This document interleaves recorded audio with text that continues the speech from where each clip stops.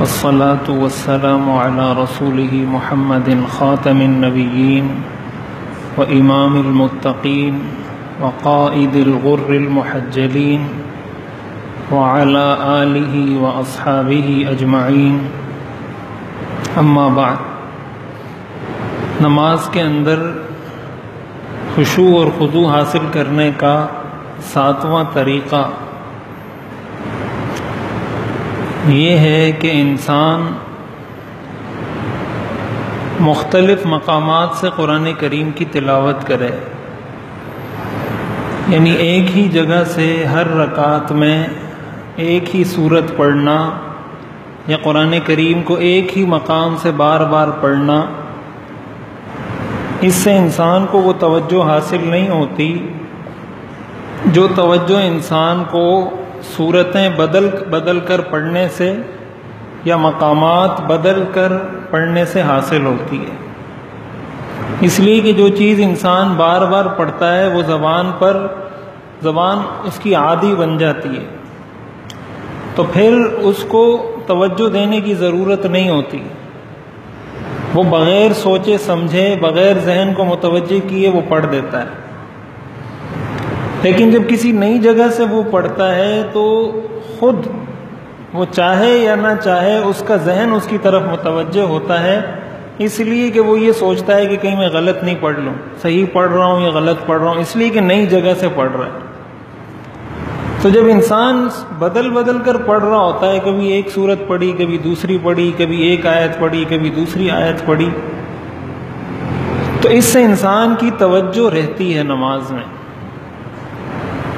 اور اس سے انسان کو خشوع اور خضوع حاصل ہوتا ہے جو نماز کی اصل روح ہے۔ چنانچہ جو حافظ ہیں، جن کو قرآن کریم حفظ ہے، ان کے لیے تو یہ کوئی مسئلہ نہیں۔ جنہوں نے حفظ نہیں کیا ہوا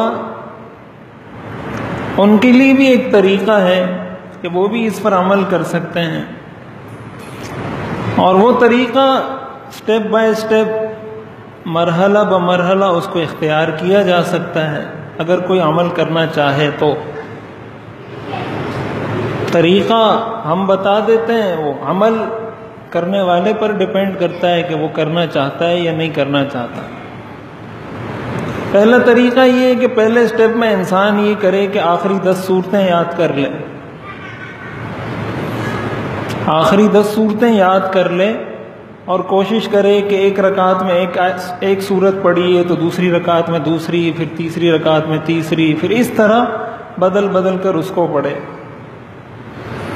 دوسرے مرحلے پر یہ کرے کہ اس سے پہلے کی 10 اور صورتیں یاد کر لے، تو 20 صورتیں جو چھوٹی چھوٹی صورتیں ہیں وہ تو اس کو 20 صورتیں تو ویسے ہی یاد ہو جائیں گی۔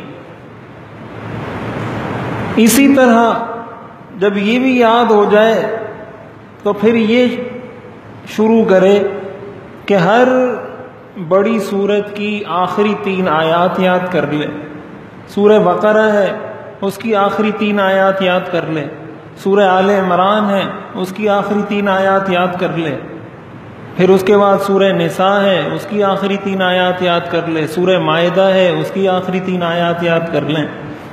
اور ظاہر ہے کہ 3 آیات یاد کرنا کسی سورت کی کوئی مشکل کام نہیں ہے، چھوٹا بھی یاد کر سکتا ہے اس کو اور بڑا بھی یاد کر سکتا ہے۔ آپ ایک دن میں یاد نہیں کر سکتے، 2 دن میں کر لیں، 4 دن میں کر لیں، 1 ہفتے میں کر لیں، 1 مہینے میں کر لیں۔ سٹارٹ لیں گے تو کسی جگہ جا کے پہنچیں گے۔ اگر سورہ بقرہ کی آخری آیات کسی کو 1 دن میں یاد نہیں ہوتی تو 1 ہفتے میں تو یاد ہو ہی جائیں گی۔ تو اگر 1 ہفتے میں بھی وہ ایک سورت کی آخری 3 آیات یاد کر لیتا ہے، یہ بھی اس کے لیے بڑی کامیابی ہے۔ 1 ہفتے میں ایک سورت کی آخری 3 آیات یاد کر لی، دوسرے ہفتے میں دوسری سورت کی آخری 3 آیات یاد کر لی، تیسری، اس طرح بڑھتے اس کا فائدہ کیا ہوگا کہ اس کے پاس ایک حفظ شدہ آیات کا ایک ذخیرہ جمع ہو جائے گا۔ تو کبھی وہ سورہ بقرہ سے پڑھے گا، کبھی سورہ آل عمران سے پڑھے گا، کبھی سورہ نساء سے پڑھے گا، کبھی سورہ مائدہ سے پڑھے گا، اگلے مرحلے میں پھر انسان انہی آیات کا ترجمہ اور تفسیر سمجھ لے، انہی آیات کا ترجمہ اور تفسیر سیکھ لے، کسی سے پڑھ لے، کسی سے سمجھ لے۔ اب جب وہ ان آیات کو بدل کر پڑھے گا تو چونکہ یہ اس کے معمول سے ہٹ کر ایک چیز ہوگی، ایسا نہیں ہے کہ سورہ اخلاص یاد کی ہے اور ساری زندگی سورہ اخلاص ہی میں گزار دی، یہ اور کوئی بات نہیں۔ لوگ کہتے ہیں ہماری زبان پہ نہیں چڑھتا، یہ نہیں ہوتا، وہ نہیں ہوتا، یہ بات غلط ہے۔ سورہ اخلاص جب آپ کی زبان پہ چڑھ سکتی ہے تو پھر الم تر کیف بھی آپ کی زبان پہ چڑھ سکتی ہے۔ جب الحمدللہ رب العالمین آپ پڑھ سکتے ہیں تو پھر لإلاف قریش بھی پڑھ سکتے ہیں، پھر ارائیت الذی یکذب بالدین بھی پڑھ سکتے ہیں، پھر قل اعوذ برب الفلق بھی پڑھ سکتے ہیں، پھر سورہ بقرہ کی آخری 3 آیات بھی پڑھ سکتے ہیں۔ یہ بے ہمتی کی یا کم ہمتی کی بات ہے کہ انسان یہ کہے کہ میں نہیں کر سکتا۔ دنیا میں کوئی کام ناممکن نہیں ہے۔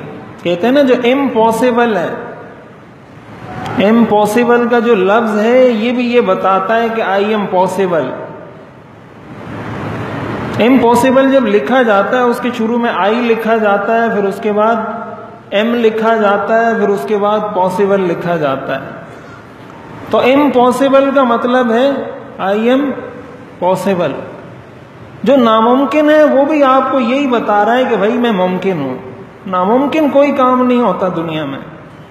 بے ہمتی کی بات ہے یا دوسرے نمبر پر ہمارے دل میں اس چیز کی اہمیت نہیں ہوتی، اہمیت نہیں ہے اس لیے یاد نہیں کرتے۔ ابھی ویسے ہی رمضان کا مہینہ آ رہا ہے، اگر اس رمضان کو ہم اپنا یہ ٹارگٹ بنا لیں کہ اس رمضان میں ہم نے ہر بڑی سورت کی آخری 3 آیات یاد کرنی ہیں، اور اس کو ہم طے کر لیں کہ بھئی یہ اس مہینے میں یہ کام کرنا ہے، اور اپنے لیے وہ بنا لیں، ایک جدول بنا لیں، کوئی ترتیب بنا لیں، وہاں ٹک کرتے رہیں اس کو کہ آج میں نے کتنا یاد کیا، آج کتنا یاد کیا، آج کتنا یاد کیا، خود ہی مکمل ہو جائے گا۔ تو اس کا اہتمام کیا جائے، اور یہ در حقیقت خشوع اور خضوع حاصل کرنے کا بہت بڑا ذریعہ اور بہت بڑا طریقہ ہے۔ تو بچوں کو بھی اگر آپ پورا حافظ نہیں بنا سکتے تو اتنا تو کم از کم ان کو اتنا تو یاد کروانا چاہیے کہ نماز تو صحیح طریقے سے پڑھ سکیں۔ اس کے بعد دوسری بات سجدے سے متعلق چند مسائل اور سجدے کے احکام۔ تو سجدے میں جانے کا طریقہ یہ ہے، پہلے میں نے عرض کیا تھا کہ نماز کے اندر کچھ فرائض ہیں، کچھ واجبات ہیں، کچھ سنتیں ہیں۔ تو فرائض میں ایک فرض جس کو ہم نے سمجھا وہ تکبیر تحریمہ ہے۔ نماز کے شروع میں جو تکبیر کہی جاتی ہے وہ فرض ہے۔ فرض کے بارے میں ایک بات یاد رکھیں کہ جب نماز کے متعلق یہ کہا جائے کہ یہ چیز نماز میں فرض ہے، اس کا مطلب یہ ہوتا ہے کہ اگر کوئی شخص نماز میں یہ کام نہیں کر سکا تو اس کی نماز نہیں ہوگی۔ فرض کا مطلب یہ ہوتا ہے جب کسی حکم کے بارے میں، کسی عمل کے بارے میں یہ کہہ دیا جائے کہ یہ کام نماز میں فرض ہے، اس کا مطلب یہ ہے کہ اگر یہ کام نماز میں کسی نے نہیں کیا تو اس کی نماز نہیں ہوگی، سجدہ سہو کرنے سے بھی نہیں ہوگی، چاہے وہ آخر میں سجدہ سہو کر لے، لیکن اگر اس نے کوئی فرض چھوڑا ہے نماز کا اس کی نماز نہیں ہوگی، نماز دوبارہ پڑھنا لازم ہے۔ تو پہلا فرض ہے نماز میں تکبیر تحریمہ، اللہ اکبر جو کہا جاتا ہے۔ دوسرے نمبر پر نماز میں فرض ہے قیام، کھڑا ہونا، یہ بھی نماز میں فرض ہے۔ لہذا جو شخص کھڑے ہونے پر قدرت رکھتا ہے یا جو شخص سجدہ کر سکتا ہے اور کھڑا بھی ہو سکتا ہے، ایسے شخص کے لیے لازم ہے، فرض ہے کہ وہ کھڑے ہو کر نماز پڑھے۔ اگر کھڑے ہو کر نماز نہیں پڑھے گا اس کی نماز نہیں ہوگی، نفل نماز ہو جائے گی۔ نفل نماز میں اگر کوئی قیام نہیں کرتا، بیٹھ کر نماز پڑھتا ہے، اس کی اجازت ہے، لیکن اس کا بھی ثواب آتا ہے۔ فرض نماز یا واجب نماز وہ بغیر قیام کے نہیں ہوتی، یہ فرض ہے نماز میں۔ مثلاً کوئی مغرب کی نماز بیٹھ کر پڑھتا ہے، حالانکہ وہ کھڑے ہو کر پڑھ سکتا ہے، اس کی نماز نہیں ہوگی۔ تیسرے نمبر پر فرض نماز کے اندر جو فرض عمل ہے وہ قراءت ہے، قرآن کی تلاوت کرنا، یہ بھی نماز میں فرض ہے۔ اگر کسی نے قرآن کریم کی تلاوت بالکل نہیں کی، نماز میں کھڑا رہا اور قرآن کریم بالکل پڑھا ہی نہیں، اس کی بھی نماز نہیں ہوگی۔ چوتھے نمبر پر فرض وہ رکوع ہے۔ اگر کسی نے نماز میں رکوع نہیں کیا تب بھی نماز نہیں ہوگی۔ کوئی رکوع نہیں کر سکتا، اشارے سے رکوع کرے، لیکن رکوع کرنا لازم ہے۔ اور پانچویں چیز وہ سجدہ ہے، اور نماز کے اندر دونوں سجدے فرض ہیں، دونوں سجدے فرض ہیں۔ ایسا نہیں ہے کہ ایک فرض ہو دوسرا واجب ہو، دونوں سجدے فرض ہیں۔ اگر کسی نے پہلا سجدہ کیا دوسرا نہیں کیا اور نماز ختم کر دی، اس کی بھی نماز نہیں ہوگی۔ ہر رکعت میں 2 سجدے کرنا فرض ہے۔ سجدے میں جانے کا طریقہ یہ ہے کہ انسان، جیسے میں نے عرض کیا تھا، تکبیر انتقال، تکبیر انتقال کا مطلب جو تکبیر کہہ کر انسان منتقل ہوتا ہے اگلے رکن میں، کھڑا ہوا تھا اللہ اکبر کہہ کر، اب وہ منتقل ہو رہا ہے، اس تکبیر کو تکبیر انتقال کہا جاتا ہے۔ تو جتنے عرصے میں اس کی یہ حرکت جاری ہے، یہ موومنٹ اس کی ہو رہی ہے، اتنے دورانیے کے اندر وہ یہ اللہ اکبر پڑھے گا۔ جب سجدے میں پہنچے تو اس کی اللہ اکبر ختم ہو جانی چاہیے، اس لیے کہ سجدے کی تسبیح اللہ اکبر نہیں ہے، سجدے کی تسبیح سبحان ربی الاعلی ہے۔ اگر وہ سجدے میں پہنچنے کے بعد بھی اس کی وہ اللہ اکبر ختم نہیں ہوئی، اس کا مطلب اس نے اس اللہ اکبر کو سجدے کی تسبیح بنا لیا، حالانکہ یہ سجدے کی تسبیح نہیں ہے، یہ اس انتقال کی تسبیح تھی، اس حرکت کی تسبیح تھی۔ اور جانے کا طریقہ یہ ہے کہ انسان سجدے میں جائے، مسنون طریقہ یہ ہے کہ انسان جب تک اس کے گھٹنے زمین پر نہیں لگے تو اپنا اگلا دھڑ نہ جھکائے، یعنی یوں سیدھا سجدے میں جائے، یوں کر کے سجدے میں نہ جائے، جب گھٹنے لگ جائیں اس کے بعد اپنا اگلا حصہ جھکائے۔ تو جو حصہ حدیث شریف کے اندر آتا ہے امرت ان اسجد علی 7 اعظم، کہ مجھے حکم دیا گیا ہے کہ میں 7 اعضاء پر سجدہ کروں، وہ 7 اعضاء یہی ہیں، 2 گھٹنے ہیں، قدم ہیں، 4 یہ ہو گئے، 2 ہاتھ، 6 اور پیشانی اور ناک، یہ مل کے ایک ہی اس کو قرار دیا گیا ہے۔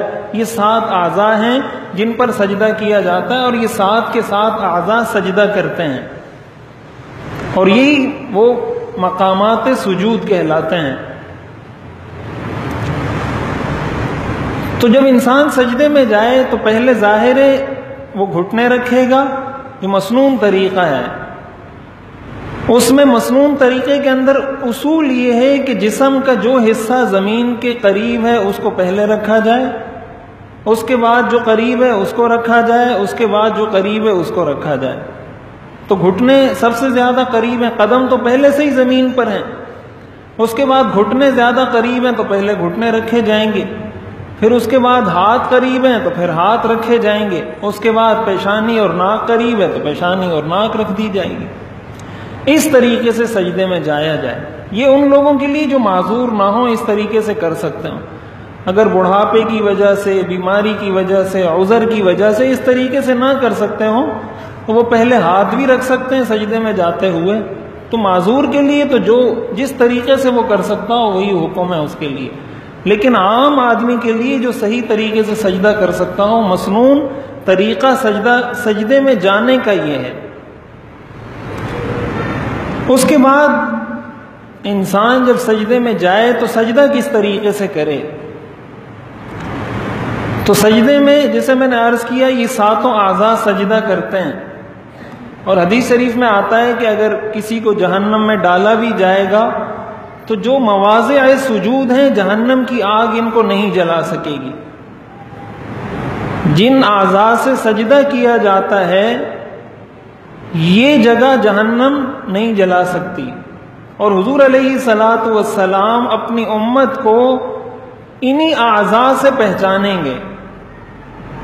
حدیث شریف میں آتا ہے نا کہ صحابہ نے حضور علیہ الصلاۃ والسلام سے پوچھا کہ اتنی مخلوق میں آپ اپنی امت کو کیسے پہچانیں گے؟ تو آپ نے فرمایا کہ تم مجھے یہ بتاؤ کہ اگر بہت سارے گھوڑے ہوں اور ایک گھوڑے کی پیشانی پر الگ سے کوئی نشان ہو تو کیا ان گھوڑوں میں تم اس گھوڑے کو پہچان سکو گے یا نہیں؟ صحابہ نے فرمایا ہم پہچان لیں گے۔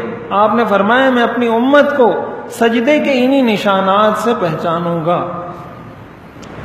لیکن یہاں ایک بات ضمناً یہ بھی عرض کر دوں، اس سجدے کے نشان کا یہ مطلب نہیں کہ انسان اپنی پیشانی رگڑ رگڑ کے سجدے کا نشان بنائے، یہ مطلب نہیں ہے اس کا، اور اس سے حضور علیہ الصلاۃ والسلام نہیں پہچانیں گے۔ کسی کا بن جاتا ہے خود تو شریعت یہ بھی نہیں کہتی کہ نہیں بناؤ، لیکن یہ بھی نہیں کہتی کہ زبردستی رگڑ کے بناؤ۔ اب یہ جو بنتا ہے یہ ایسا ہوتا ہے کہ بسا اوقات کسی کی عادت ہوتی ہے سجدے میں زیادہ سر پہ زور دیتا ہے، تو جو زیادہ سر پہ زور دیتا ہے اس کا نشان جلدی بن جاتا ہے، جو زیادہ زور نہیں دیتا اس کا جلدی نہیں بنتا۔ حضور علیہ الصلاۃ والسلام اسی چیز سے پہچانیں گے کہ اس نے سجدہ کیا ہے یا نہیں، چاہے اس پہ نشان ہو یا نہ ہو۔ نشان تو زیادہ سے زیادہ یہاں پڑ جائے گا، یہاں تو نہیں پڑے گا۔ تو ان ساری علامات سے حضور علیہ الصلاۃ والسلام یہاں بھی سجدے کی علامت آپ کو پتہ چل جائے گی، یہاں بھی چل جائے گی، یہاں بھی چل جائے گی، گھٹنوں میں بھی پتہ چل جائے گی، قدم میں بھی پتہ چل جائے گی۔ تو ان علامات سے حضور علیہ الصلاۃ والسلام اپنی امت کو پہچانیں گے۔ سجدے کا طریقہ یہ ہے مردوں کے لیے کہ انسان جب سر رکھے تو سر اس طریقے سے رکھے اور جو ہاتھ رکھے کہ اس کی جو دو انگوٹھے ہیں یہ کانوں کی لو کے برابر آ جائیں، یعنی آپ یہ سمجھیں کہ اس کا سر اس کے دو ہاتھوں کے درمیان ہو، نہ سجدہ یوں ہو کہ بالکل پیچھے ہو کندھے کے برابر، اور نہ یوں ہو کہ بالکل سر سے بھی آگے ہو جائے، بلکہ اس کا سر اس کے دو ہاتھوں کے درمیان ہو، اس طریقے سے کہ اس کے یہ انگوٹھے اس کی کان کی لو کے برابر رکھے ہوئے ہوں۔ یہ تو ہاتھ رکھنے کا طریقہ ہے۔ قدم رکھنے کا طریقہ یہ کہ انسان کے پاؤں کھڑے ہوں اور ان کی انگلیاں قبلہ رخ ہوں، پاؤں کھڑے ہوں اور انگلیاں اس کی قبلہ رخ ہو، دونوں پاؤں زمین پر ہونے چاہیے۔ بعض لوگوں کی عادت ہوتی ہے نماز میں پاؤں اٹھا لیتے ہیں، یا ایک پاؤں یا دونوں پاؤں، تو اس طریقے سے نماز میں پاؤں اٹھانا یہ مکروہ ہے۔ اور اگر سرے سے کسی کی پاؤں زمین پر لگے ہی نہیں سجدے میں تو اس کا تو سجدہ بھی نہیں ہوگا، اس لیے کہ سجدے میں جیسے میں نے عرض کیا 7 اعضاء سجدہ کرتے ہیں، اس کا مطلب اس کے قدم نے تو سجدہ کیا ہی نہیں۔ تو اگر بالکل ایک لمحے کے لیے بھی اس کے قدم زمین پر نہیں لگے سجدے میں تو اس کا سجدہ ہوا ہی نہیں، اور اگر تھوڑی دیر کے لیے لگ گئے پھر اٹھا لیے تو سجدہ تو ہو جائے گا لیکن مکروہ ہوگا۔ تو انگلیوں کا رخ قبلے کی طرف کرنا چاہیے، پاؤں کھڑے کر کے انگلیوں کا رخ قبلے کی طرف ہو۔ اسی طرح اس کی جو کوہنیاں ہیں وہ اپنے پہلوؤں سے جدا ہوں، یعنی یوں سمٹ کر مرد سجدہ نہیں کرے گا، اس کی یہ کوہنیاں اس کے پہلوؤں سے جدا ہوں۔ حدیث شریف میں آتا ہے حضور علیہ الصلاۃ والسلام اتنا اپنے ہاتھوں کو کھولا کرتے تھے کہ آپ علیہ الصلاۃ والسلام کے جسم کی سفیدی ہمیں نظر آ جاتی تھی، یعنی آپ کے بغل کی جو سفیدی تھی وہ ہمیں نظر آ جاتی تھی، اتنا آپ اپنے ہاتھ کو کھولا کرتے تھے۔ تو اگر آدمی اکیلے نماز پڑھ رہا ہے تو کچھ زیادہ بھی کھول سکتا ہے، لیکن اگر جماعت کے ساتھ نماز پڑھ رہا ہے تو بعض لوگوں کی عادت ہوتی ہے اس میں بھی بہت زیادہ ہاتھوں کو کھول دیتے ہیں، اس سے ساتھ والے کو تکلیف ہوتی ہے۔ تو جماعت کی نماز میں اس طریقے سے ہاتھ کھولنا یہ سنت نہیں ہے۔ جماعت کی نماز میں آپ ہاتھ کھولیں، پہلوؤں سے اس کو جدا رکھیں، لیکن اتنی حد تک کہ آپ کے ساتھ والے کو پریشانی نہ ہو، اس کو تکلیف نہ ہو۔ اتنا ہاتھوں کو کھولنا کہ دوسرا آدمی سجدہ نہیں کر سکے یا اس کو آپ پریشانی میں ڈال دیں۔ جماعت کی نماز میں ایسا نہیں کرنا چاہیے۔ اسی طرح پیٹ اور ران یہ بھی جدا ہوں ایک دوسرے سے، پیٹ ران کے ساتھ ملی ہوئی نہ ہو، پیٹ اور ران بھی جدا ہو۔ حدیث شریف میں آتا ہے کہ آپ جب سجدہ کرتے تھے تو اتنا بلند ہو کر سجدہ کرتے تھے کہ اگر بکری کا بچہ گزرنا چاہتا تو آپ کے نیچے سے بکری کا بچہ گزر سکتا تھا۔ اب ظاہر ہے وہ سجدہ تو جب ہی ہوگا نا اس طرح کہ جب انسان کی ران اور پیٹ الگ الگ ہوں۔ اگر ران اور پیٹ ملے ہوئے ہیں وہاں سے تو بکری کا بچہ نہیں گزر سکتا۔ اتنا آپ اپنے جسم کو کھول کر اور الگ الگ رکھ کر آپ سجدہ کیا کرتے تھے۔ تو بازو کوہنیاں پہلوؤں سے جدا ہوں، پیٹ ران سے جدا ہو، اس طریقے سے سجدہ کریں گے۔ یہ مردوں کی بات کر رہا ہوں، مردوں کے سجدے کا طریقہ ہے۔ اور ہاتھوں کی انگلیاں قبلہ رخ رکھنی ہیں، اس لیے کہ ہاتھ بھی سجدہ کرتے ہیں، پیر بھی کرتے ہیں، گھٹنے بھی کرتے ہیں، ہاتھ بھی کرتے ہیں۔ تو جب ہاتھ بھی سجدہ کرتے ہیں تو ہاتھوں کا رخ بھی قبلے کی طرف، بعض لوگ ہاتھوں کو یوں ترچھا کر دیتے ہیں، تو اس طریقے سے ہاتھوں کو ترچھا کرنا نماز میں یہ بھی خلاف سنت ہے۔ انگلیوں کا رخ بھی قبلے کی طرف ہونا چاہیے۔ اور اسی طرح پورے سجدے میں ناک زمین پر لگی رہنی چاہیے۔ بعض لوگوں کی پیشانی زمین پر لگی ہوتی ہے، ناک زمین پر نہیں لگی ہوتی۔ اس طریقے سے سجدہ کرنا مکروہ ہے، ناجائز ہے۔ نماز ہونے کو نماز ہو جائے گی لیکن خلاف سنت ہے، تو ناک بھی پورے سجدے میں زمین پر لگی رہنی چاہیے۔ ہاں کسی کا عذر ہے، کوئی پریشانی ہے، کوئی ایسی وجہ ہے جس کی وجہ سے وہ ناک نہیں رکھ سکتا، تو عذر کی حالت میں تو انسان سجدہ ہی اس سے ساقط ہو جاتا ہے، وہ اشارے سے بھی کر سکتا ہے۔ عذر کی بات تو الگ ہے، بیماری کی بات الگ ہے، لیکن عام حالات میں سجدے کا یہی طریقہ ہے کہ انسان ناک اور پیشانی اس کی مستقل زمین پر لگی رہنی چاہیے۔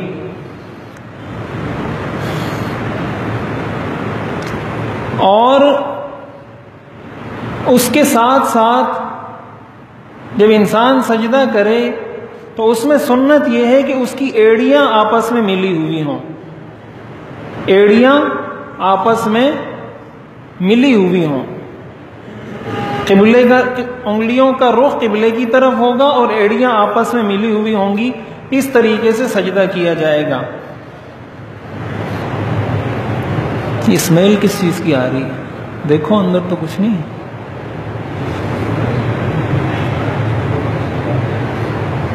نہیں، باہر سے آ رہی ہوگی۔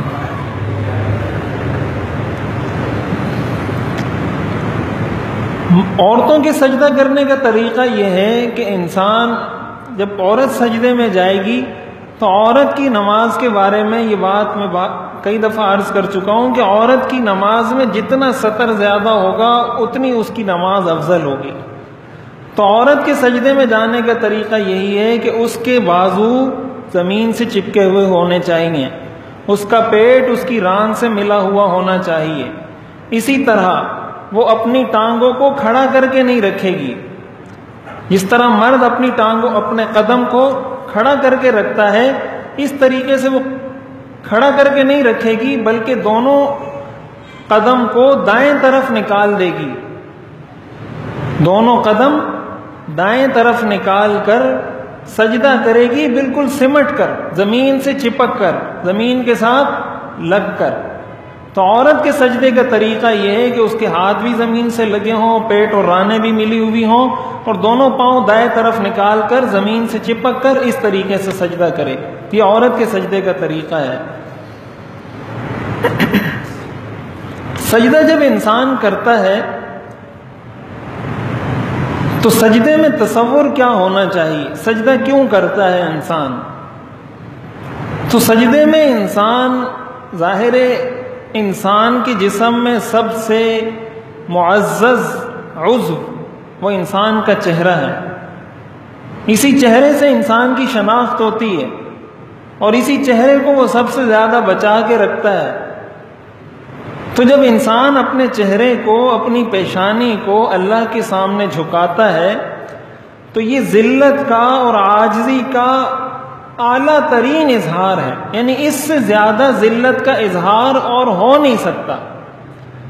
انسان جب اپنے آپ کو کسی کے سامنے کم تر ثابت کرنا چاہتا ہے تو اس کا سب سے اعلیٰ طریقہ یہی ہے کہ اس کے سامنے اپنا سر رکھ دے۔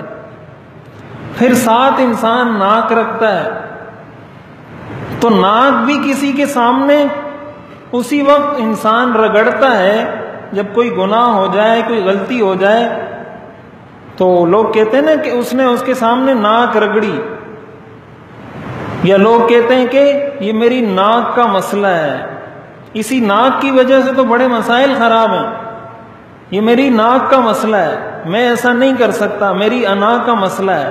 تو انسان جب اپنی ناک کو رکھ دیتا ہے تو گویا اللہ کے سامنے یہ اظہار کرتا ہے کہ آپ کے ہر حکم کے سامنے میری ہر انا قربان ہے، چاہے میری ناک کا مسئلہ ہو، میری انا کا مسئلہ ہو، میری عزت کا مسئلہ ہو، جب آپ کا کوئی حکم آئے گا تو میں ناک آپ کے سامنے رکھ دوں گا، میری ناک کٹتی ہے تو کٹ جائے۔ یہ اصل مفہوم ہے سجدے کا۔ معاشرے میں جب کسی کو کہا جاتا ہے غلط رسومات سے بچنے کا کہ بھائی یہ رسم خلاف شریعت ہے، تو وہ کہتے ہیں کہ اگر میں نہیں کروں گا میری ناک کٹ جائے گی، تو یہ ناک تو آپ نے اللہ کے سامنے ویسے ہی رکھ دی ہے۔ سجدے میں جب ناک رکھی اس کا تو مطلب ہی ہے کہ یا اللہ آپ کے حکم کے سامنے میری ناک کٹتی ہے تو کٹ جائے، اس لیے کہ یہ تو میں نے آپ کے سامنے رکھ دی۔ حدیث شریف میں آتا ہے اقرب ما یکون العبد الی ربہ وہو ساجد، کہ انسان سب سے زیادہ قریب اپنے رب کے سجدے کی حالت میں ہوتا ہے، یعنی سب سے زیادہ قربت انسان کو اللہ کی اس وقت نصیب ہوتی ہے جب انسان اللہ کے سامنے سجدہ کرتا ہے۔ تو گویا انسان کو اللہ کا قرب حاصل ہو گیا، وہ اللہ کے قریب ہو گیا۔ اور ظاہر دنیا کے اندر بھی انسان، لوگ کہتے ہیں نا یار اس کے بڑے تعلقات ہیں، بڑے بڑے لوگوں سے اس کے تعلقات ہیں۔ تعلقات کا مطلب یہ ہے کہ اس کو فلاں بڑے آدمی کا قرب حاصل ہے، اس کا اس کے ساتھ براہ راست کانٹیکٹ ہے، یہ براہ راست اس سے رابطے میں، تو اس کا فائدہ کیا ہوتا ہے کہ اس بڑے آدمی سے اس کو بڑے فوائد حاصل ہوتے ہیں، اور یہ بھی خوش ہوتا ہے کہ بھائی میرا فلاں بڑے سے تعلق ہے، فلاں کمشنر ہے، فلاں ڈی سی ہے، فلاں ایس ایچ او ہے، فلاں ہے، فلاں ہے، میرے اس سے براہ راست تعلقات ہیں۔ تو سجدے میں انسان کا براہ راست اللہ سے تعلق ہو جاتا ہے، وہ اللہ سے ڈائریکٹ اس کا کنیکشن ہو جاتا ہے، اللہ کا مقرب بن جاتا ہے۔ تو جب انسان کا کسی کے ساتھ تعلق ہو، کسی بڑے کے ساتھ، تو وہ پھر کبھی اس کو ناراض نہیں کرتا۔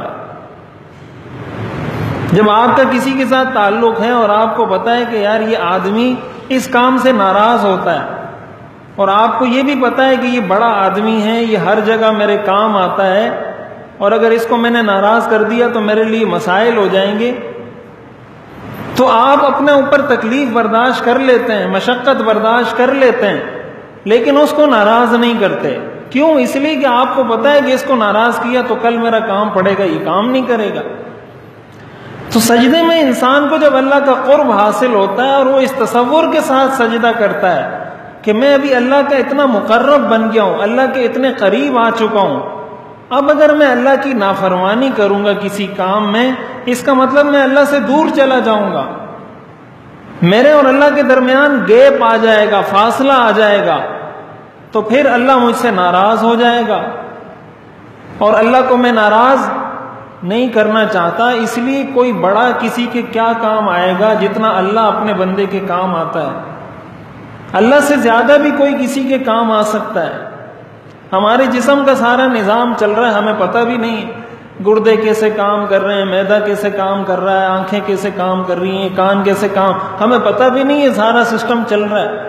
ہر آن، ہر لمحہ، ہر گھڑی، ہر کام میں ہم اللہ کے محتاج ہیں۔ تو جب اس تصور کے ساتھ انسان سجدہ کرتا ہے وہ پھر کبھی اللہ کو ناراض نہیں کرتا، اور اس طریقے سے اس کی زندگی پر نماز کا اثر ہوتا ہے۔ قرآن کریم میں آتا ہے ان الصلاۃ تنہا عن الفحشاء والمنکر، نماز بے حیائی سے اور گناہ کے کاموں سے روکتی ہے۔ لوگ کہتے ہیں ہم تو نماز پڑھتے ہیں، ہمیں نماز بے حیائی سے نہیں روکتی۔ اس طریقے سے ایک سجدہ کر کے انسان دیکھے اور پھر یہ تصور کرے کہ آیا اب اس کے بعد میں اللہ کی نافرمانی کر سکتا ہوں؟ سوال ہی نہیں پیدا ہوتا۔ اس تصور کے ساتھ اگر انسان سجدہ کرے گا کبھی وہ اللہ کی نافرمانی پر راضی نہیں ہوگا، اس کو جتنی مشقت اٹھانی پڑ جائے، جتنے تانے کھانے پڑ جائیں، جتنی لوگوں کی لان تان سننی پڑ جائے، کبھی بھی اللہ کی نافرمانی نہیں کرے گا۔ تو سجدے میں اس تصور کے ساتھ سجدہ ہو کہ میں نے اللہ کے سامنے اپنے آپ کو ذلیل کر دیا۔ اور پھر جب انسان تسبیح پڑھتا ہے سبحان ربی الاعلی، سبحان ربی الاعلی کا مطلب پاک ہے میرا رب جو سب سے بلند ہے، الاعلی کا مطلب جو سب سے بلند ہے۔ یہ اللہ تعالیٰ کے اسماء حسنہ میں سے سبح اسم ربک الاعلی۔ جب یہ آیت نازل ہوئی حضور علیہ الصلوۃ والسلام نے فرمایا اجعلوها فی سجودکم، کہ اس کو اپنی سجدے کی تسبیح بنا لو۔ سبح اسم ربک الاعلی کا یہی مطلب ہے تسبیح بیان کرو اپنے رب کے نام کی جو بلند ہے۔ تو اسی پر عمل کرتے ہوئے ہم سجدے میں کہتے ہیں سبحان ربی الاعلی، اسی آیت پر عمل کرتے ہوئے ہم سجدے میں یہ تسبیح پڑھتے ہیں۔ اب اگر انسان ایک تو سجدے کا تصور سامنے رکھے، پھر اس کے ساتھ ساتھ اس لفظ کا، اس جملے کا مفہوم اپنے سامنے رکھے کہ سبحان ربی الاعلی کا کیا مطلب ہے، کہ میرا اللہ پاک ہے۔ سبحان کا مطلب ہر خامی سے، ہر کمی سے، ہر کوتاہی سے اللہ پاک ہے، مبرہ ہے۔ اللہ کے اندر کوئی خامی نہیں پائی جاتی، کوئی کمی، کوئی کوتاہی اللہ میں نہیں پائی جاتی۔ اللہ کسی کا محتاج نہیں ہے۔ یہ مطلب ہے سبحان کا کہ وہ ہر خامی سے پاک ہے۔ پھر جب انسان یہ کہتا ہے ربی، میرا رب، میرا رب، تو اس کو یہ پتہ چلتا ہے کہ میرا رب اتنا بڑا ہے۔ آگے پھر کہتا ہے الاعلی، جو سب سے بلند ہے۔ تو رب کا مطلب کیا ہوتا ہے؟ پالنے والا، جو آپ کی تربیت کرے۔ مربی ہم کہتے ہیں نا، مربی بھی تربیت سے نکلا ہے، رب بھی تربیت سے نکلا ہے۔ تو تربیت کرنے والا یعنی انسان یہ کہتا ہے کہ مجھے پالنے والا، میری تربیت کرنے والا وہ ہے جو سب سے بلند ہے۔ انسان جب کسی سے بات کرتا ہے تو اس کی نظر میں ہر آدمی کا کوئی سٹیٹس ہوتا ہے، ہر آدمی سے اس کے مطابق ڈیل کرتا ہے، بات کرتا ہے۔ یہ کس درجے کا آدمی ہے، یہ کس درجے کا آدمی ہے، یہ کس درجے کا آدمی ہے۔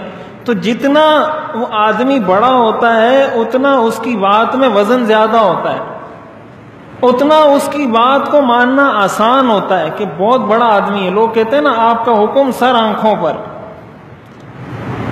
آپ کا حکم سر آنکھوں پر۔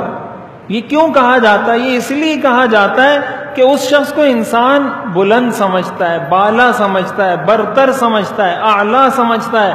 تو ایسے شخص کو انسان کہتا ہے آپ کا حکم سر آنکھوں پر۔ تو اللہ سے اعلیٰ تو کوئی ہو ہی نہیں سکتا۔ اللہ سے زیادہ بلندی اپنی ذات میں، اپنی صفات میں، اپنی قدرت میں۔ وَهُوَ الْقَاهِرُ فَوْقَ عِبَادِهِ، اللہ تعالیٰ اپنے بندوں پر ہر چیز میں برتری رکھتا ہے۔ تو جب انسان یہ اقرار کرتا ہے کہ میرا رب سب سے بلند و بالا اور برتر ہے اور وہ میرا پالنے والا ہے، اس کا نتیجہ یہ ہوتا ہے کہ پھر وہ دوسروں سے مستغنی ہو جاتا ہے۔ وہ پھر اس سر کو دوسروں کے سامنے نہیں جھکاتا۔ کیوں؟ اس لیے کہ اس نے یہ سر اس ذات کے سامنے جھکا دیا جو اعلیٰ ہے۔ تو جب سب سے بڑے کے سامنے سر جھکا دیا تو اس کے ماتحت جتنے لوگ ہیں وہ تو ویسے ہی آپ کے ہو گئے۔ اس کے بارے میں آتا ہے نا محمود اور ایاز کے بارے میں کہ اس نے اعلان کیا کہ آج جو خواہش جس کے دل میں آتی ہے وہ خواہش کرے، اس کو وہ دے دیا جائے گا۔ تو کسی نے ایک ہیرے پہ ہاتھ رکھا، کسی نے نگینے پہ ہاتھ رکھا، کسی نے کسی چیز پہ رکھا، کسی نے کسی چیز پہ رکھا۔ جس نے جس چیز پہ ہاتھ رکھا وہ چیز اس کی ہو گئی۔ جو ایاز تھا یہ آیا، اس نے بادشاہ کے سر پہ ہاتھ رکھ دیا تو سارے حیران ہو گئے. تو اس نے کہا کسی نے انگوٹھی پہ ہاتھ رکھا ہے، کسی نے سونے پہ، کسی نے چاندی پہ، میں نے اس پہ ہاتھ رکھ دیا، جب یہ میرا ہو گیا تو یہ ساری چیزیں تو خود میری ہو گئیں. تو انسان جب یہ کہہ دیتا ہے کہ میرا اللہ سب سے بڑا ہے، میرا رب سب سے بلند و بالا ہے اور وہ میرا رب ہے، میں اس کی پاکی بیان کرتا ہوں، پھر اس کو کس کی ضرورت رہتی ہے؟ پھر وہ دنیا سے نہیں ڈرتا، پھر اس کے دل میں دوسروں کا خوف، دوسروں کی طمع، حرص، لالچ، لوگوں کی جیبوں پر نظر رکھنا، لوگوں کی گاڑیوں پر نظر رکھنا، احساس کمتری کا شکار ہونا، یہ ساری بیماریاں خود ختم ہو جاتی ہیں. یہ جتنی نفسیاتی بیماریاں یہ ہمیں اسی وجہ سے لگتی ہیں کہ ہم سمجھتے ہیں کہ شاید یہ اس بندے کا کمال ہے. ہم یہ نہیں سمجھتے کہ یہ اللہ نے اس کو دیا ہے. اس اللہ نے جو میرا بھی اللہ ہے، جو اس کا بھی اللہ ہے، تو اللہ اس کو دے سکتا ہے تو مجھے بھی دے سکتا ہے. تو اللہ سے براہ راست رابطہ کیوں نہ کروں جب کسی اور سے کروں؟ تو یہ تصور اگر انسان کو نصیب ہو جائے سبحان ربی الاعلی کے اندر کہ میرا رب سب سے بلند ہے، جب سب سے بلند ہے اور وہ کوئی اور نہیں ہے، وہ میرا رب ہے، وہ مجھے پالنے والا ہے. کوئی اور ہوتا تو میں ڈرتا کہ مانگوں نہ مانگوں، دے گا نہیں دے گا. وہ میرا رب ہے اور سب سے بلند بھی ہے، تو پھر مانگنے میں کیا چیز حائل رہ جاتی؟ تو اس تصور کے ساتھ ایک تو انسان سجدہ کرے، پھر اس تسبیح پر غور کرے. یہ جو آتا ہے نا کہ انسان جب شریعت پر عمل کرتا ہے اس کی دنیا کی زندگی بھی خوشگوار ہو جاتی ہے. وہ اس لیے خوشگوار ہوتی ہے جب انسان کے دل میں اللہ کی عظمت بیٹھ جاتی ہے، جب انسان کے دل میں یہ بات بیٹھ جائے کہ اللہ سب سے بلند ہے، اللہ سب سے عظیم ہے، تو پھر دنیا اس کے سامنے ہیچ ہو جاتی ہے. اس کو دنیا کی بڑی بڑی چیزیں کچھ نظر ہی نہیں آتی. پھر لوگ حیران ہوتے ہیں کہ یار یہ کیسے؟ میں نے واقعہ سنایا تھا نا جمعے میں کہ ایک بزرگ کو کسی نے آ کر خبر دی کہ آپ کا بحری جہاز تھا وہ غرق ہو گیا. تو انہوں نے تھوڑی دیر نیچے سر جھکایا اور کہا الحمدللہ. تھوڑی دیر بعد کسی نے آ کے کہا کہ وہ آپ کا جو بحری جہاز تھا وہ آپ کا نہیں تھا، وہ کسی اور کا تھا، آپ کا جہاز صحیح سالم ہے. انہوں نے سر جھکایا، تھوڑی دیر بعد کہا الحمدللہ. تو کسی نے کہا کہ تکلیف پر تو انا للہ پڑھا جاتا ہے، الحمدللہ تو نہیں پڑھا جاتا. آپ نے تو تکلیف پر بھی انا للہ پڑھا اور خوشی پر بھی. تو انہوں نے کہا جب آپ نے مجھے یہ خبر دی کہ آپ کا جہاز غرق ہو گیا ہے تو میں نے دل کی طرف متوجہ ہوا، تو مجھے اتنی تکلیف بھی نہیں ہوئی تھی جتنی کوئی موم بتی جل رہی ہو اور وہ بجھ جائے، اس سے انسان کو جتنی تکلیف ہوتی ہے مجھے اس بحری جہاز کے غرق ہونے سے اتنا بھی غم نہیں ہوا تھا. تو میں انا للہ کس چیز پہ پڑھتا؟ میں نے کہا الحمدللہ. اور جب آپ نے مجھے بتایا کہ غرق نہیں ہوا تو مجھے اتنی خوشی بھی نہیں ہوئی جتنا دیا جلنے سے ہوتی ہے. تو میں نے کہا الحمدللہ.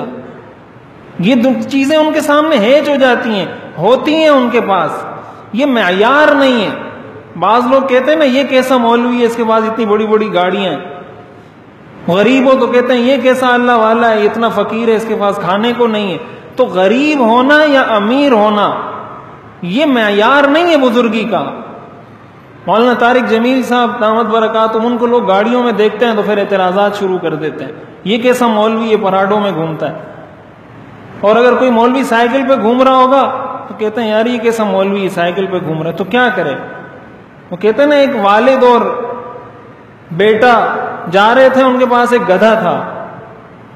تو سفر چل رہا تھا، والد نے بیٹے کو کہا کہ تم بچے ہو، تم بیٹھ جاؤ، میں بڑا ہوں، چلو میں پیدل چل لوں گا.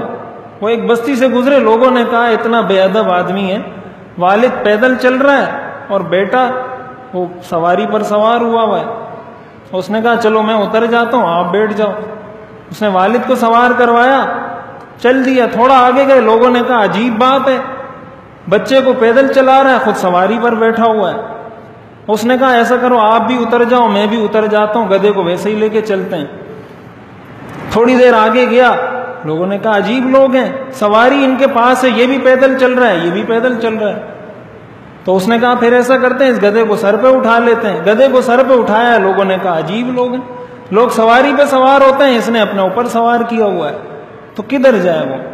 یا گدھے پہ خود بیٹھے یا اپنے بچے کو بٹھائے یا اپنے سر پہ سوار کرے، کچھ تو کرے گا. تو یہ معیار نہیں ہے، ہم نے ان چیزوں کو معیار بنا لیا. ایسے لوگ دل کے بادشاہ ہوتے ہیں جن کو اللہ کی عظمت نصیب ہو جاتی ہے.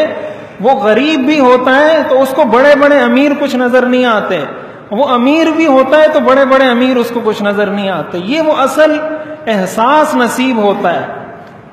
وہ ہوتا غریب ہے جس کو کہا جاتا ہے فقیری میں بادشاہی. وہ فقیر ہوتا ہے. حضور علیہ الصلوۃ والسلام کے پاس حضرت عائشہ فرماتی ہیں 3 مہینے گزر جاتے تھے ہمارے گھر میں چولہا نہیں جلتا تھا. لیکن حضور علیہ الصلوۃ والسلام کے دل میں کیا کبھی کسی کے بارے میں یہ خیال پیدا ہوا کہ یہ اتنا مالدار آدمی ہے؟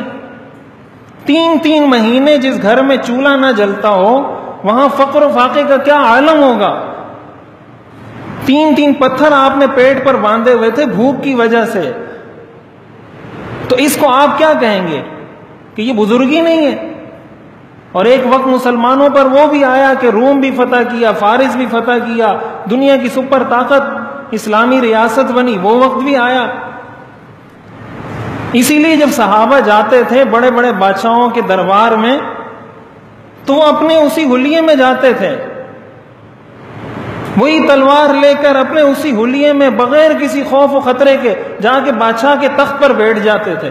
وہ کہتے تھے یہاں لوگ آتے ہیں پہلے رکوع کرتے ہیں اس کے بعد کھڑے ہو کے اجازت طلب کرتے ہیں، یہ عجیب لوگ ہیں، آئے ٹوٹی ہوئی تلوار ہاتھ میں ہے اور آ کے میرے ساتھ تخت پر بیٹھ گیا. اس نے کہا ہمارے پاس ایسا رسول آیا ہے جس نے ہمیں بندوں کی عبادت سے نکال کر بندوں کے رب کی عبادت پر لگایا ہے. ہم ابھی بندوں کی عبادت نہیں کرتے. تو یہ جو ہم صحابہ کے واقعات پڑھتے ہیں ان کو یہ سبحان ربی العظیم اور سبحان ربی الاعلیٰ کا یہ تصور نصیب ہو گیا تھا کہ اللہ عظیم بھی ہے، اللہ اعلیٰ بھی ہے، اس لیے وہ نہیں ڈرتے تھے کسی سے.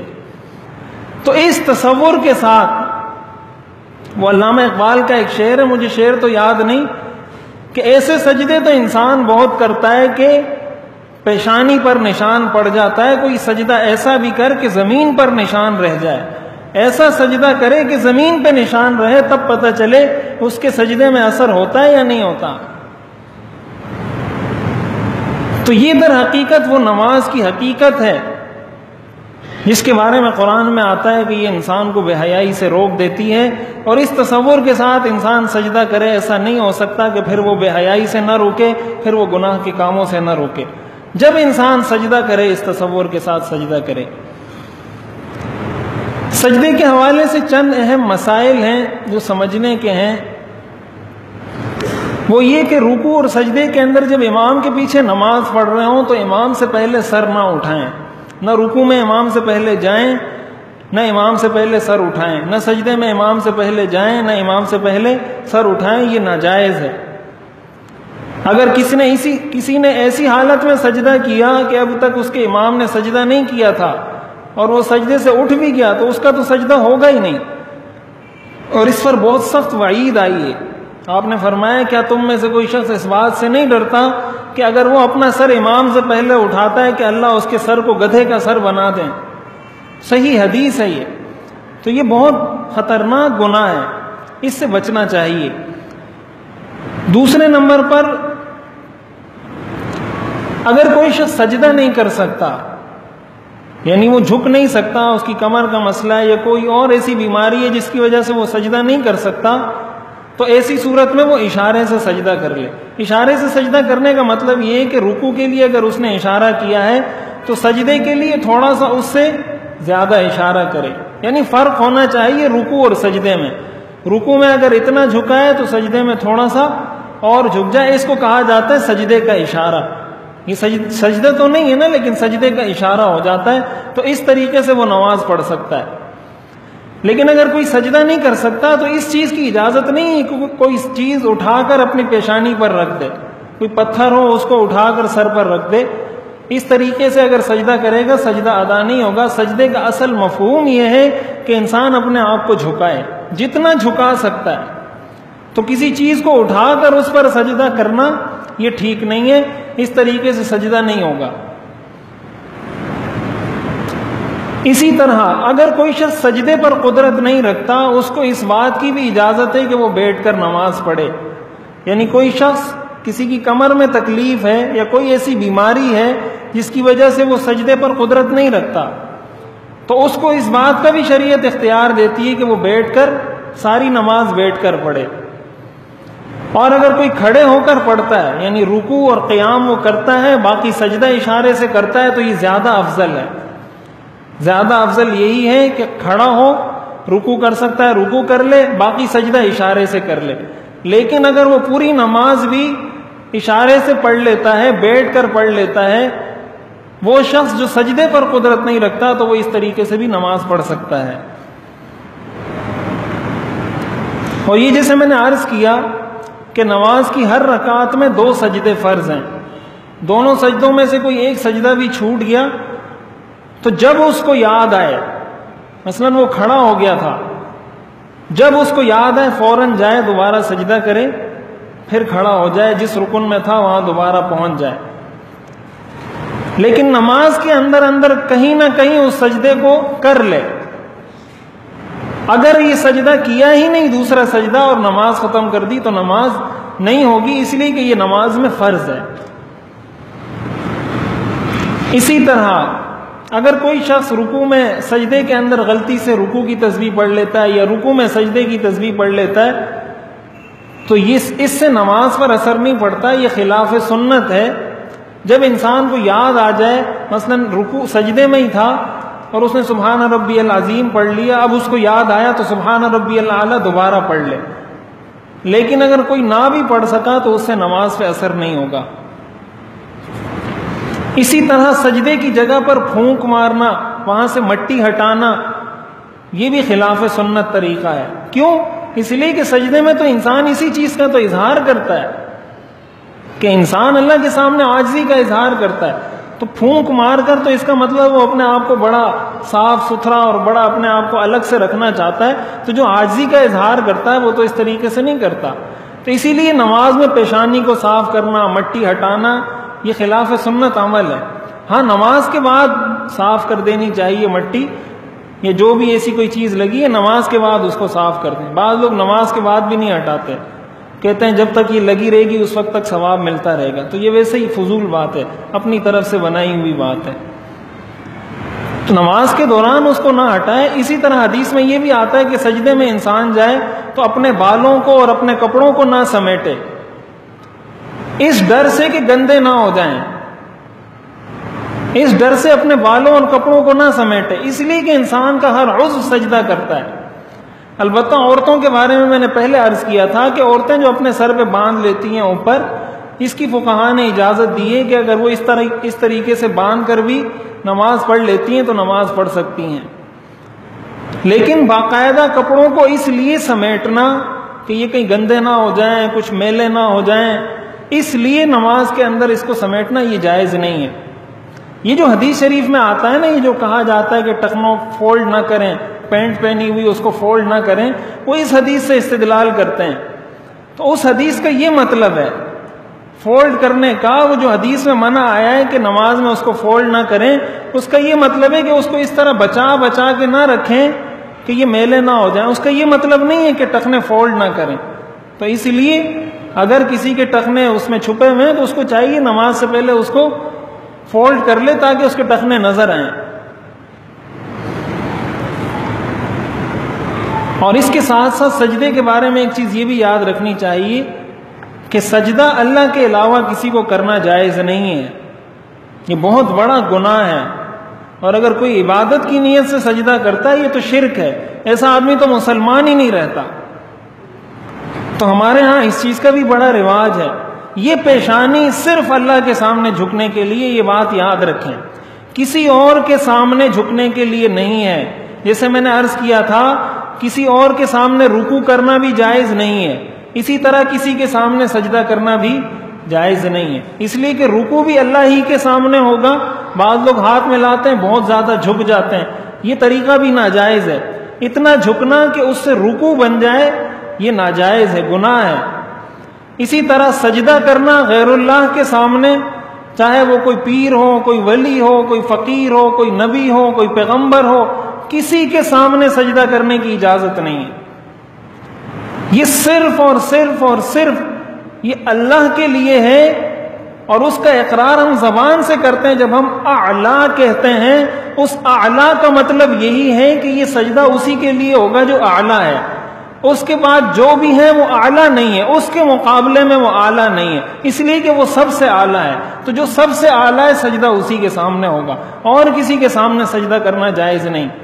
یہ ہمارے ہاں یہ بڑا عجیب، بسا اوقات ایسی ویڈیوز آتی ہیں، کوئی پیر صاحب بیٹھے ہوئے ہیں، لوگ آ کے اس کی ٹانگوں میں سجدہ کر رہے ہیں، کوئی اپنے آپ کو یعنی برائے نام ولی اللہ۔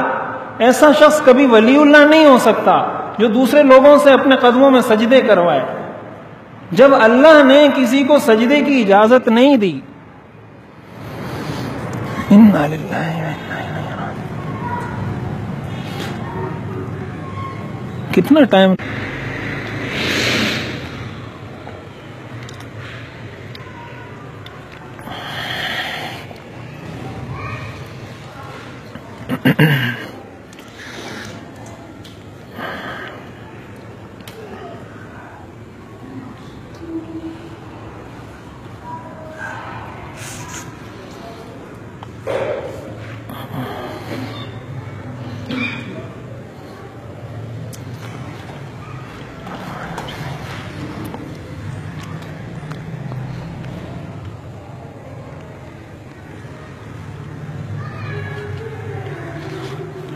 اللہم صلی علی سیدنا محمد۔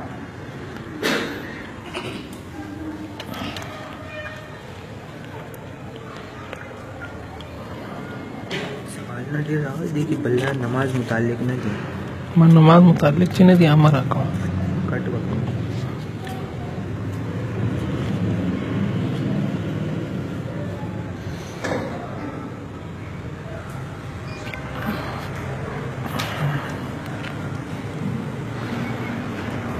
تو سجدے کے حوالے سے یہ بات میں عرض کر رہا تھا کہ سجدہ یہ اللہ کے ساتھ خاص ہے، اللہ کے علاوہ نہ کسی کو عبادت کا سجدہ کیا جا سکتا ہے، نہ سجدہ تعظیمی کیا جا سکتا ہے۔ اسلام سے پہلے بعض مذاہب میں سجدہ تعظیمی کی اجازت تھی، اسلام نے آ کر ہر طرح کے سجدے کو منع کر دیا۔ نہ عبادت کا سجدہ کسی اور کے سامنے جائز ہے، نہ تعظیم کا سجدہ کرنا کسی اور کے سامنے جائز ہے۔ اس سے بچنے کا اہتمام کرنا چاہیے، لوگوں کو سمجھانا چاہیے، اور ایسے لوگوں سے بچنا چاہیے، چاہے وہ ولی کے نام پہ کام کر رہا ہو، پیر کے نام پہ کام کر رہا ہو، عالم کے نام پہ کام کر رہا ہو، مفتی کے نام پہ کام کر رہا ہو۔ ایسا آدمی اللہ والا نہیں ہو سکتا۔ ایسا آدمی اللہ والا کیسے ہوگا جو لوگوں سے اپنے سامنے سجدہ کروائے؟ اللہ نے حکم دیا ہے کہ میرے سامنے سجدہ کرو، وہ اپنے سامنے سجدہ کروا رہا ہے۔ ایسا آدمی کہاں سے اللہ والا ہو سکتا ہے؟ کبھی بھی اللہ والا نہیں ہو سکتا ایسا شخص۔ اسی طرح سجدے کے بعد جب انسان بیٹھتا ہے، یعنی دوسرے سجدے میں جانے سے پہلے جو بیٹھتا ہے، اس کو کہا جاتا ہے جلسہ۔ عربی میں فقہ کی اصطلاح میں اس کو جلسہ کہا جاتا ہے، سجدے کے دو سجدوں کے درمیان جو بیٹھا جاتا ہے۔ تو اس میں بھی اطمینان سے بیٹھنا یہ ضروری ہے، کم از کم ایک تسبیح کی مقدار بیٹھنا یہ لازم ہے۔ اگر کوئی اٹھا اور پورے طریقے سے اپنی کمر سیدھی نہیں کی تھی اور سجدے میں چلا گیا، اس کا سجدہ نہیں ہوگا۔ دوسرا تو کیا، پہلا سجدہ بھی نہیں ہوگا، اس لیے کہ بعض ائمہ نے یہ بات لکھی ہے کہ انسان کا سجدہ اس وقت مکمل ہوتا ہے جب وہ اپنی کمر سیدھی کر لیتا ہے، یعنی وہ سجدے میں گیا، سجدے میں جانے سے اس کا سجدہ مکمل نہیں ہوگا۔ جب وہ سجدے سے کمر اٹھائے گا، سیدھا ہو جائے گا، تب اس کا سجدہ مکمل ہوگا۔ پھر جب جائے گا، پھر دوبارہ سجدے سے کمر اٹھائے گا، سیدھا ہو جائے گا، تب اس کا دوسرا سجدہ مکمل ہوگا۔ تو اس کے اندر ہمارے لوگ بہت کوتاہی کرتے ہیں، اور عورتیں، خواتین اس معاملے میں بہت کوتاہی کرتی ہیں، سجدے سے اٹھی نہیں ہوتی کہ فوراً دوسرے سجدے میں چلی جاتی ہیں۔ اس طریقے سے سجدہ نہیں ہوگا، جب سجدہ نہیں ہوگا تو نماز بھی نہیں ہوگی، ایسی نماز کا دوبارہ پڑھنا لازم ہے۔ یہ مشہور حدیث ہے، حضور علیہ الصلوۃ والسلام نے فرمایا کہ برا چور وہ ہے جو نماز میں چوری کرتا ہے۔ تو صحابہ نے پوچھا نماز میں کیسے چوری کرتا ہے؟ تو آپ نے فرمایا کہ وہ رکوع اور سجدہ صحیح طریقے سے نہیں کرتا، یہ بدترین چور ہے۔ اس لیے کہ چور تو اوروں کا نقصان کرتا ہے، یہ چوری بھی کر رہا ہے اور چوری سے اپنا نقصان کر رہا ہے، کسی اور کا نقصان بھی نہیں کر رہا۔ اور اسی کے ساتھ ساتھ اس جلسے میں، یعنی دو سجدوں کے درمیان، احادیث میں کچھ مسنون دعائیں وارد ہوئی ہیں۔ مثلا اللہم اغفر لی وارحمنی وعافنی واہدنی وارزقنی، کہ اللہ میری مغفرت فرما، مجھ پر رحم فرما، مجھے عافیت نصیب فرما، مجھے ہدایت نصیب فرما، مجھے رزق عطا فرما۔ صحیح احادیث سے یہ دعائیں ثابت ہیں، تو سنتوں اور نوافل کے اندر تو اس کا اہتمام کرنا ہی چاہیے، اس پر سب ائمہ کا اتفاق ہے۔ امام احمد رحمۃ اللہ علیہ کا قول ہے کہ سجدے سے اٹھنے کے بعد اگر کسی شخص نے رب اغفر لی نہیں پڑھا، اس کی نماز ہوگی ہی نہیں، امام احمد ابن حنبل رحمہ اللہ کے نزدیک۔ اگرچہ امام ابو حنیفہ رحمۃ اللہ علیہ کا یہ مسلک نہیں ہے۔ فرائض میں فقہائے احناف نے یہ لکھا ہے کہ زیادہ دیر نہ بیٹھے، 1-2 تسبیح کی مقدار بیٹھ کر سجدہ کر لے دوسرا، لیکن جو متاخرین جو بعد کے فقہاء ہیں احناف میں سے بھی، انہوں نے بھی یہ کہا ہے کہ فرض نماز میں بھی اس کا اہتمام کرنا چاہیے۔ علامہ انور شاہ کشمیری رحمۃ اللہ علیہ نے فیض الباری کے اندر یہ بات لکھی ہے، اسی طرح قاضی ثناء اللہ پانی پتی رحمہ اللہ نے اپنی کتاب میں یہ بات لکھی ہے، مفتی تقی عثمانی صاحب دامت برکاتہم نے انعام الباری کے اندر اور درس ترمذی کے اندر یہ بات لکھی ہے۔ یہ حوالہ اس لیے نقل کر رہا ہوں تاکہ پتہ چلے کہ یہ مستند بات ہے، کوئی اپنی طرف سے بات نہیں کر رہا۔ اسی طرح علامہ شامی رحمۃ اللہ علیہ نے، جن کی کتاب کو بنیاد بنا کر فتویٰ دیا جاتا ہے، انہوں نے بھی سجدے کی جہاں بحث کی ہے وہاں انہوں نے یہ لکھا ہے کہ بہتر یہی ہے کہ اس کو کیا جائے۔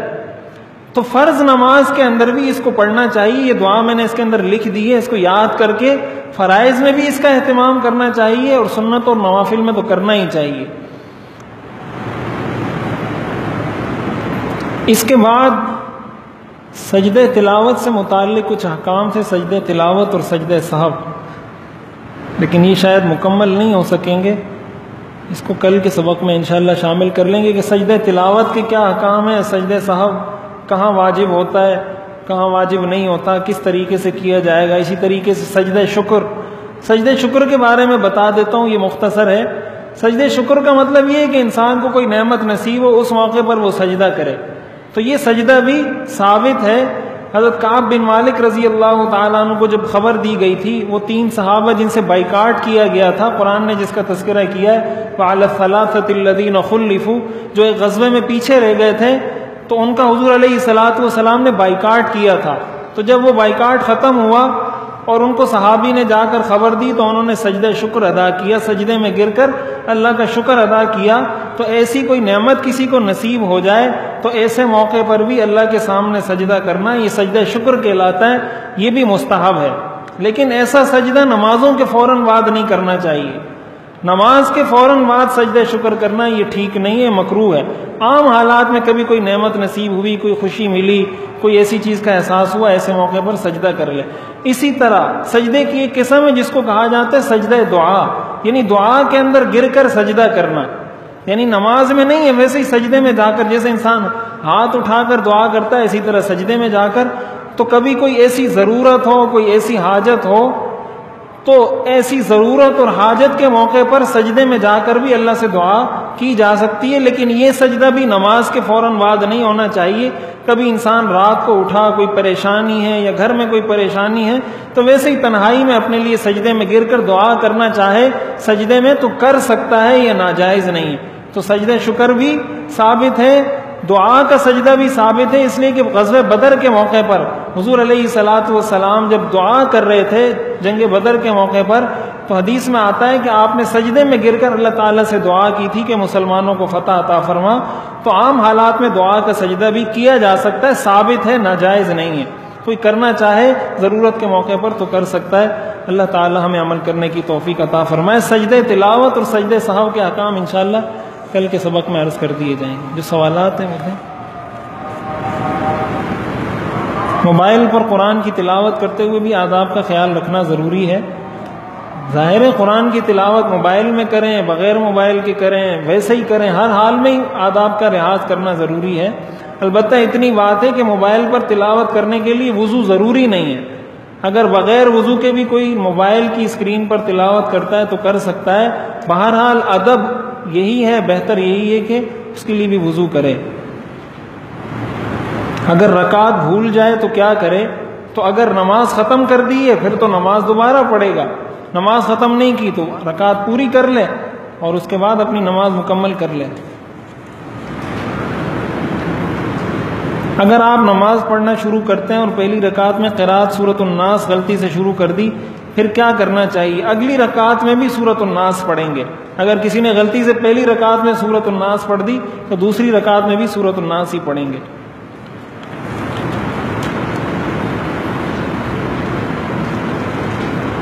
چار رکعت سنت پڑھی ہیں، پہلی دو رکعتوں میں سورۃ الفیل اور سورہ قریش پڑھی، تیسری رکعت میں سورہ معون کی جگہ غلطی سے سورہ لہب شروع کر دی تو نماز ہو جائے گی، تو اس میں تو کوئی حرج کی بات نہیں ہے۔ ایک چھوٹی سورت بیچ میں چھوڑنا یہ مکروہ ہے، دو چھوٹی صورتیں چھوڑ دی جائیں یا تین چھوڑ دی جائیں اس میں کوئی کراہت نہیں ہے، محض ایک چھوٹی سورت بیچ میں چھوڑ کر اگلی سورت پڑھنا یہ مکروہ ہے۔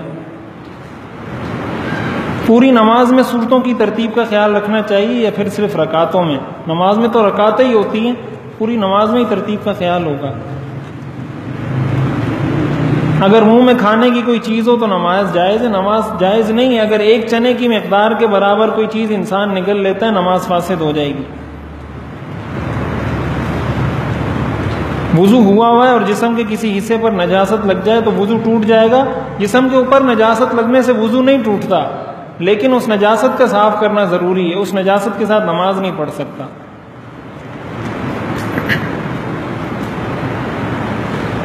بہت سے لوگ یہ سوال کرتے ہیں اگر وہ قرآن کریم کا ترجمہ پڑھیں گے تو تلاوت ہو جائے گی۔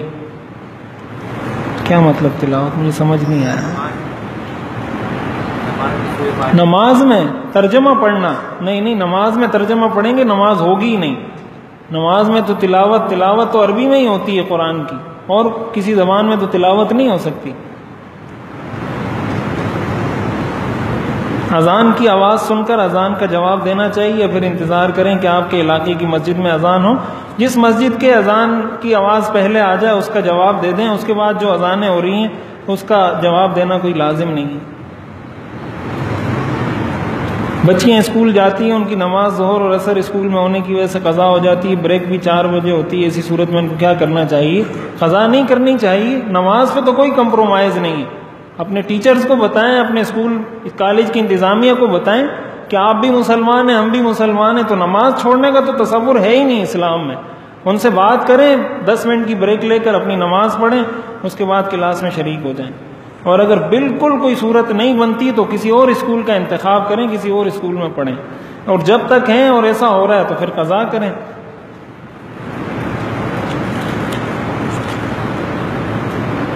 اگر ایک بندہ عصر کی نماز اکیلے پڑھ رہا ہو تو کیا 4 رکعتوں میں سورت پڑھی جائے گی؟ نہیں، پہلی 2 رکعتوں میں سورت پڑھی جائے گی۔ اگر مرد شلوار ٹخنوں سے اوپر نہ کرے تو نماز ہو جائے گی، نماز ہو جائے گی، مکروہ تحریمی ہے۔ اور یہ فقہاء نے قاعدہ لکھا ہے کہ جو نماز کراہت تحریمی کے ساتھ ادا کی جائے اس کا اعادہ لازم ہے، اس سے بچنا چاہیے۔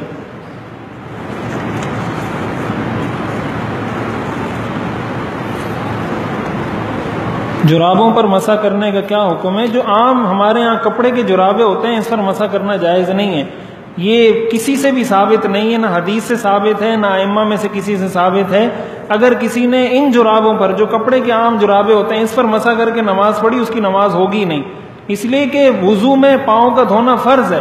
ہاں وہ جو چمڑے کے جرابے ہوتے ہیں جو خود ہی اپنے جو پاؤں کو پکڑ لیتے ہیں، جو اترتے نہیں ہیں، جو چمڑے کے ہوں، مضبوط ہوں، اس کی فقہاء نے ایک مخصوص وہ لکھی ہے، یعنی کیفیت اور تعریف لکھی ہے کہ اتنے میل اس میں چلا جائے پیدل تو وہ پھٹے نہیں، تو اس طرح کے جرابوں پر مسح انسان کر سکتا ہے۔ اس کی بھی لمٹ ہے کہ عام جو مقیم ہے وہ 24 گھنٹے کے لیے، اور جو مسافر ہے وہ 3 دن اور 3 راتوں کے لیے۔